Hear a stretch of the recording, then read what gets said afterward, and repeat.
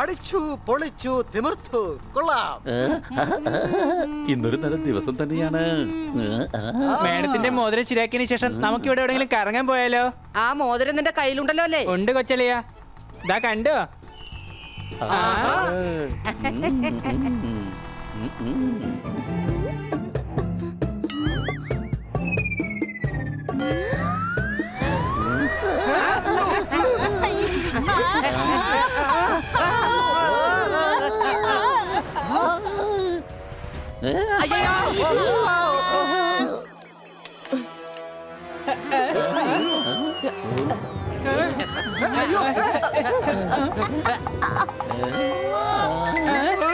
മാഡത്തിന്റെ മോതിരം ഈ കോഴി തിന്നുകയാണ്.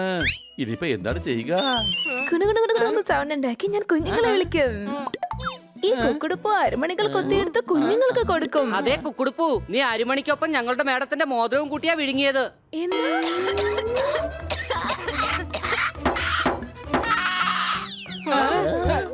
പ്ലീസ് എന്തെങ്കിലും ചെയ്ത് എന്റെ വയറ്റിൽ നിന്ന് മോതിരം എടുക്ക്.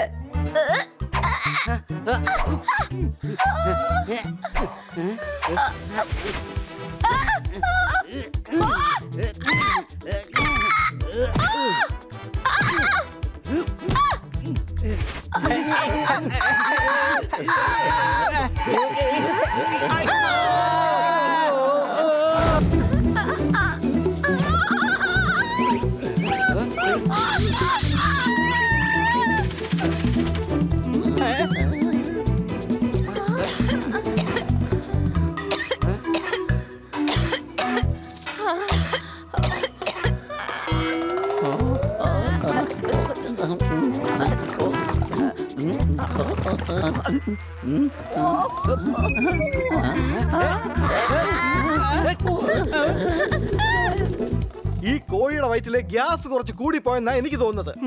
ഇപ്പൊ ശരിയാക്കി തരാം.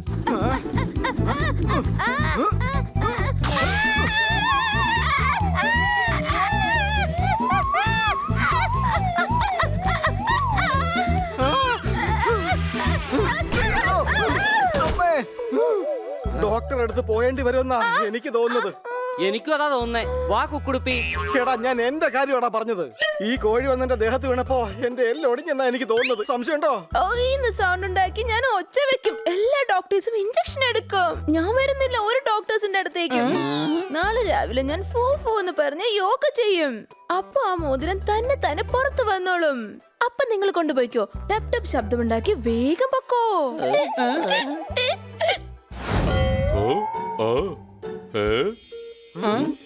കൂക്കൊന്ന് കൂവിയിട്ട് മോതിരം പുറത്തു വന്നില്ല. പക്ഷെ രാവിലെ ടപ്പേന്ന ഈ മുട്ട പുറത്തു വന്നത്.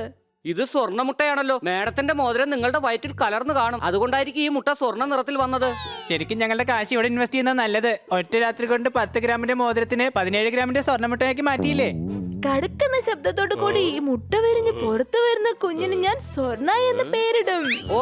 ഓക്കെ മുട്ടത്തോട് നിങ്ങൾ സൂക്ഷിക്കണം. പിന്നീട് സ്വർണ്ണ കടക്കാരന് കൊടുത്ത് മേഡത്തിന് ഞങ്ങൾ മോതിരം ഉണ്ടാക്കി കൊടുത്തോളാം. ഞാനൊന്ന് മാർക്കറ്റ് വരെ പോവുകയാണ്. അതുവരെ നിങ്ങൾ എന്റെ സ്വർണ്ണയെ ഒന്ന് കാത്തോളണേ. അത് ശരി. ഈ സ്വർണ്ണമുട്ട യോമാരുടെ കയ്യിലല്ല, എന്റെ കയ്യിലാണ് ഉണ്ടാകേണ്ടത്. സ്വർണ്ണം വിറ്റ് 10 കാശ് ഉണ്ടാക്കും ഞാൻ. എടാ പണി, ആ മുട്ട ഇങ്ങ് തന്നേക്ക്. അയ്യോ, ഞങ്ങക്ക് മുട്ടയിടാന്ന് അറിഞ്ഞൂടാ. അടി വേണമെന്നുണ്ടെങ്കിൽ പറഞ്ഞാൽ മതി, എത്ര വേണമെങ്കിലും തരാം. നീ പോയി കണക്കിന്റെ പരീക്ഷ എടുത്ത്. ചിലപ്പോ ആനമുട്ട കിട്ടും നിനക്ക്, ചിലപ്പോ ഒന്നി കൂടുതലും കിട്ടിയേക്കും. നിങ്ങളടുത്ത് മര്യാദയ്ക്ക് പറഞ്ഞാൽ ഒന്നും നടക്കില്ല. നിന്നെ കേടിച്ച് പപ്പടാക്കേണ്ടി വരുമെന്നാ എനിക്ക് തോന്നുന്നു.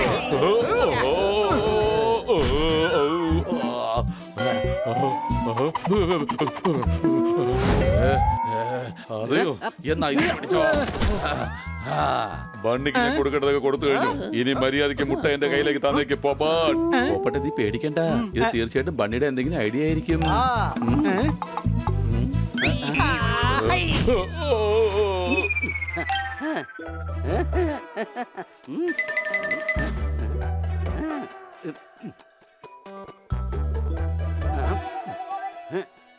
ഐഡിയ. ഈ മുട്ടയ്ക്ക് ഈ കല്ലിന്റെ അതേ കളർ തന്നെ കൊടുക്കാം. അപ്പൊ പിന്നെ സണ്ണിക്ക് ഇത് കണ്ടുപിടിക്കാൻ കഴിയില്ല.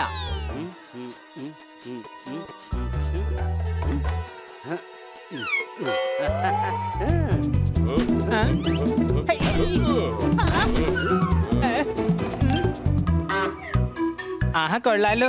ഈ കല്ല് കണ്ടിട്ട് ഏകദേശം മുട്ടയുടെ പോലെ തന്നെ ഇരിപ്പുണ്ട്. ഈ കല്ലിന് ഏതായാലും മഞ്ഞ പെയിന്റ് അടിച്ച് സ്വർണ്ണമുട്ടയുടെ പോലെ ആക്കി മാറ്റാം. എന്നിട്ട് ആ സണ്ണിക്ക് എടുത്ത് കൊടുക്കാം.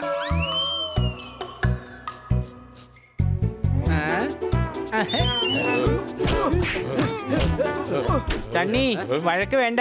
നിനക്ക് വേണ്ടത് സ്വർണ്ണമുട്ടയല്ലേ? ദാ പിടിച്ചത്. ഇന്ന് ആദ്യമായിട്ടാണ് നീ ബുദ്ധിപരമായിട്ടൊരു കാര്യം ചെയ്തിരിക്കുന്നത്.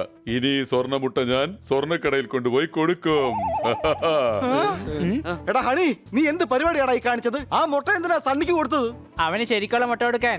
ഞാൻ അങ്ങനെ അത്ര മണ്ടനൊന്നും അല്ല. മുട്ട പോലെ ഇരിക്കുന്ന ഒരു കല്ലിൽ ഗോൾഡൻ പെയിന്റ് അടിച്ചിട്ടാ ഞാൻ അവന് കൊടുത്തത്.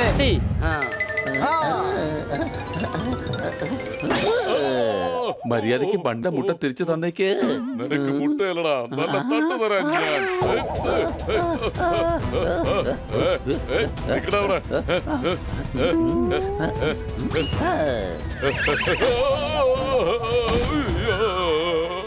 സണ്ണി, നിനക്കൊന്നും പറ്റിയില്ലല്ലോ.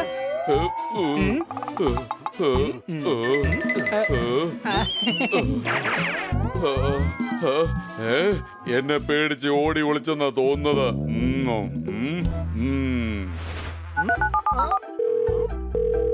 അങ്ങനെ ആര് പറഞ്ഞു? ആരല്ല പറഞ്ഞത്, ഒരാളാണ് പറഞ്ഞത്. നിങ്ങൾക്കുള്ള ഒരു മുന്നറിയിപ്പാണ്. ഒരു പൂച്ച ഇപ്പൊ നിങ്ങളുടെ അടുത്തേക്ക് വ്യാജ സ്വർണം വിൽക്കാൻ വരും. അത് ശരി, അവനിങ്ങും വരട്ടെ.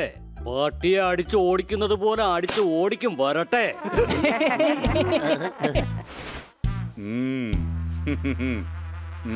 അങ്ങളെ, എന്റെ കയ്യിൽ ഒരു സ്വർണ്ണമുട്ടയുണ്ട്. എന്താ നോക്കുന്നോ?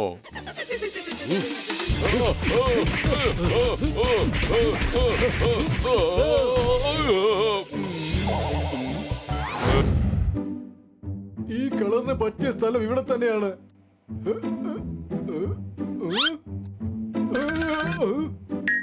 ഞാനിപ്പോ ഇവിടെ വെച്ചാലേ ഉള്ളൂ. എവിടെ പോയ കളേഴ്സ്?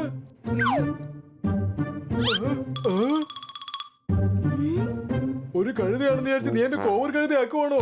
എല്ലാ കഴുതകളും കഴുതകളാണെന്നല്ല. എന്റെ കളർ വേഗം തിരിച്ചതാ. ആഹാ, ചേട്ടനൊരു തമാശക്കാരൻ തന്നെ. 1 2 3 കലപില പാടി പടയെന്ന് ചാടും. ഞാനൊരു ചെറു സിംഗർ. രസം കൂടിയോ ഇന്നും കട്ടു നിന്റെ കളർ. ആഹാ, എന്തൊരു അടിപൊളി പാട്ട്.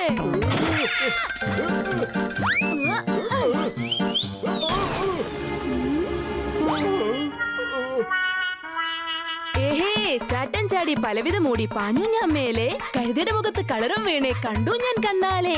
ആഹാ, അടിപൊളി അടിപൊളി അടിപൊളി. എന്റെ വീടിന്റെ കളറ്, എന്റെ ശരീരത്തിനുള്ള കളറ്, പിന്നെ എന്റെ മേക്കപ്പിനുള്ളത് എല്ലാ കളറും തീർന്നു പോയായിരുന്നു. അതുകൊണ്ടാ കളർ എടുക്കാൻ വന്നത്. പക്ഷെ ഞാൻ എന്തെങ്കിലും എടുത്താൽ തിരിച്ചു കൊടുക്കാറുണ്ട്.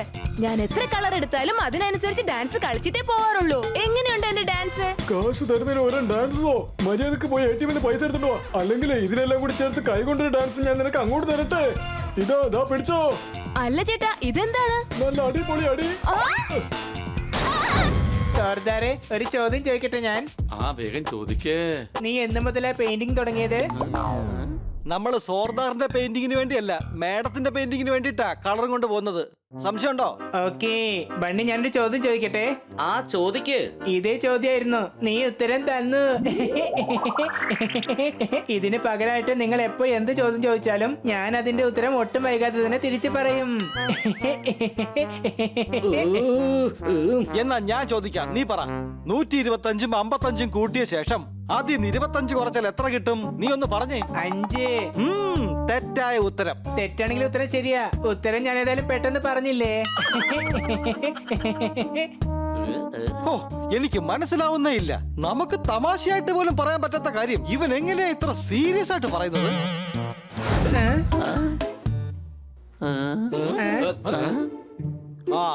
അതെ വല്ലച്ചോ.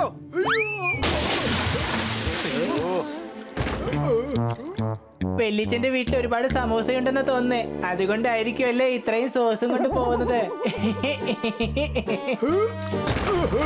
എടാ കഴുതേ, ഇത് സോസ് അല്ല, ചുവന്ന പെയിന്റിന്റെ ബോക്സ് ആയിരുന്നു. കൊല്ലുന്നേ കൊല്ലുന്നേ, ഞാൻ ഇതൊക്കെ കേൾക്കേണ്ടതാ. എന്നെ കൊല്ല്. കച്ചവടം മോശമല്ല. കടയിലെ സാധനങ്ങൾ തീർന്നിട്ടും വലിച്ച നല്ല ചൂടിലാണല്ലോ. ഇങ്ങനെ ടെമ്പറേച്ചർ കൂടാൻ മാത്രം ഇവിടെ എന്താ സംഭവിച്ചെന്ന് പറ. ഈ കട കസ്റ്റമർ ആയിട്ടല്ല, ഒരു ഓന്ത് വന്നാണ് ഇങ്ങനെ കാലിയാക്കിയത്. ആ ഓന്ത് എല്ലാ കളറും മോഷ്ടിച്ചോണ്ട് പോയി. എന്താ? ഞാൻ ശബ്ദം എടുത്തിരിക്കണ, അതായത് ഞാൻ ശബ്ദം എടുത്തിരിക്കുകയാണ്. ആ ഓന്ത് പിടിക്കപ്പെടുന്നത് വരെ ഞാൻ എന്നെ സ്വയം തല്ലിക്കൊണ്ടിരിക്കും. അയ്യോ വെല്ലിച്ച, ഇങ്ങനെ വെറുതെ സ്വയം തല്ലാതെ. ഞങ്ങൾ വലിയച്ഛനെ സഹായിക്കാം.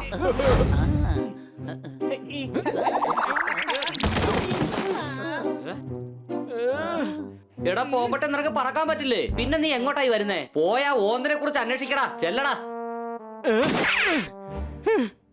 എടാ, ഞാൻ നിങ്ങളുടെ കൂടെ നടന്ന് എപ്പോഴും മറന്നു പോകും എനിക്ക് പറക്കാൻ പറ്റുമെന്നുള്ള കാര്യം. സോറി.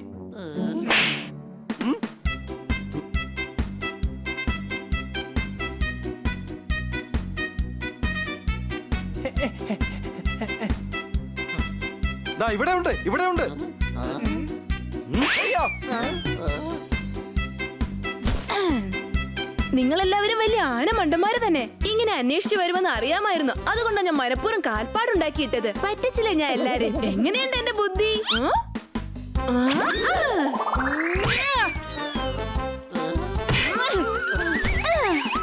നോക്ക്, ഇങ്ങനെ മോഷ്ടിക്കുന്നത് വളരെ അതെ വളരെ വലിയ തെറ്റാണ്. അത് എനിക്കും അറിയാം. എന്നെ അടിക്കുന്നു. നിന്നെ ഇന്ന് ഞാൻ വിടില്ലെന്നല്ലേ?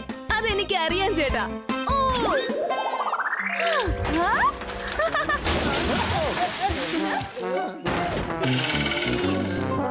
വേഗം പിടിക്കാ ഓന്തിനെ.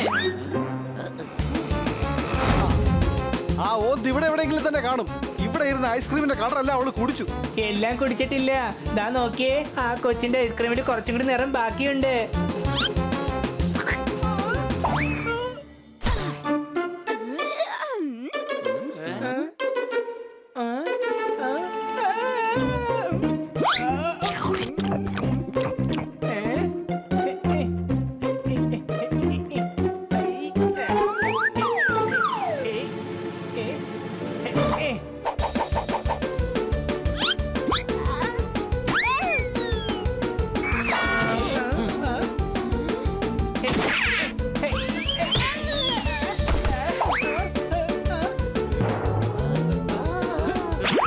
വേഗം വാ ഹണി.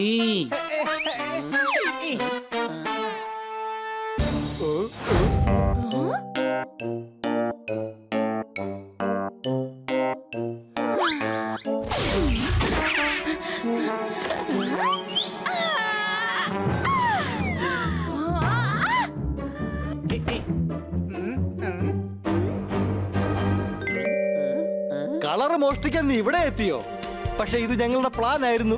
ഇതൊരു കളർ ഷോപ്പാണെന്ന് തെറ്റിദ്ധരിപ്പിച്ച് നിന്നെ ഇവിടെ എത്തിക്കാനുള്ള ഞങ്ങളുടെ അടവ്. സംശയമുണ്ടോ?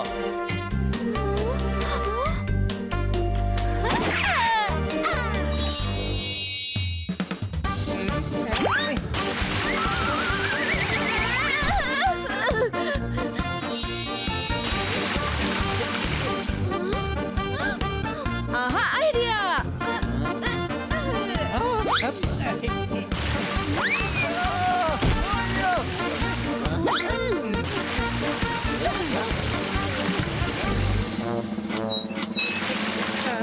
ഇപ്പൊ തന്നെ നിനക്കുള്ള പണി ഞാൻ തരാം.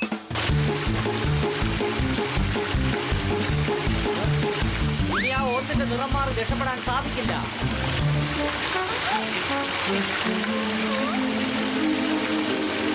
ഞങ്ങള് 12 പേര് ചേർന്ന് നിന്നെ വളഞ്ഞിരിക്കുകയാണ് ഓന്തേ. 12? അതെ, എന്റെ കൂടെ 3, പിന്നെ ബണ്ണിയുടെ കൂടെ 3, പോപ്പറ്റിന്റെ കൂടെ 3, പിന്നെ സോർദാറിന്റെ കൂടെ 3. അപ്പൊ ടോട്ടൽ 12 ആയില്ലേ? നീ ജയിലിൽ പോകുമ്പോ അവിടെ വെച്ച് മാത്സ് പഠിക്കുന്നത് നല്ലതാണ്.